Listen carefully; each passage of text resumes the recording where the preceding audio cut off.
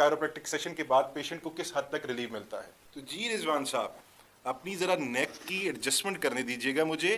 Pen आ रही है? हाँ जी। ठीक है, 1 मिनट रिलैक्स हो जाइए। Take a deep breathe.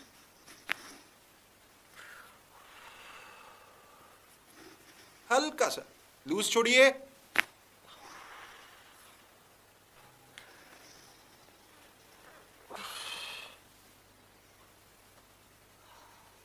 कैसा फील कर रहे हैं? अच्छा फील कर रहा हूँ, कोई दर्द, कोई पेन? काफ़ी हद तक रिलीव है।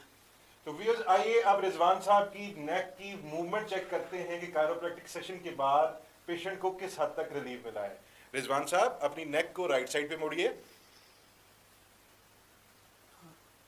कोई दर्द? नहीं, हल्का है। लेफ्ट साइड पे गर्दन को मोड़िए।